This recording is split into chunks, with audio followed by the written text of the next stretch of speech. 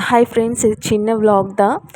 சின்ன விலாகுன்னு சொல்ல முடியாது, காலேஜ் போக வேண்டியது. அதனால் என்னோடய பேக்கில் எல்லாத்தையுமே நான் எடுத்து வச்சிட்ருந்தேன். முக்கியமாக பென்னு, ஒரு நோட்டு, இதை தேடி எடுத்து வைக்கிறதுக்குள்ளே என் பிராணமே போயிடும் போல். அதுக்கப்புறம் என்னோடய வாட்டர் பாட்டில், இந்த அடிக்கிற வெயிலில் தண்ணி கண்டிப்பாக இருக்கணும்.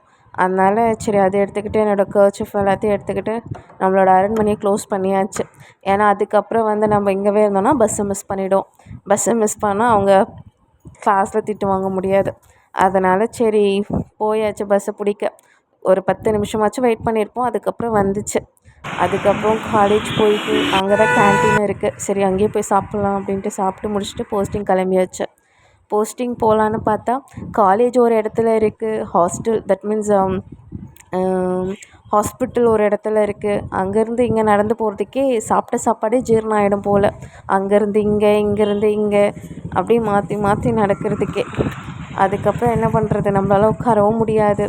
ஏன்னா டைமுக்கு போகல அப்படின்னா கண்டிப்பாக நமக்கு ஆப்சன்ட் போட்டு விட்டுருவாங்க. காலேஜ் போகிறதே நம்ம கண்டிப்பாக அட்டெண்டன்ஸுக்கு தான் போவோம். ஸோ அதனால் கண்டிப்பாக அட்டெண்டன்ஸ் தேவைப்படுது இல்லையா? அதனால் போஸ்டிங்க்கு உள்ளே ஓடியாச்சு.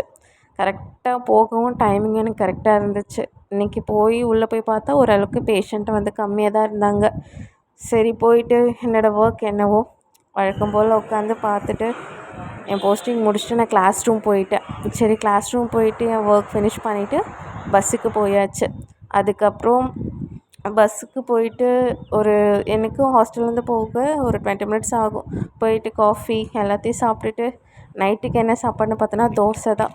இந்த ஹாஸ்டல் லைஃபே ரொம்ப போரிங் தான். ரொம்ப எக்ஸ்பெக்ட் பண்ண முடியாதுல்ல இதில்.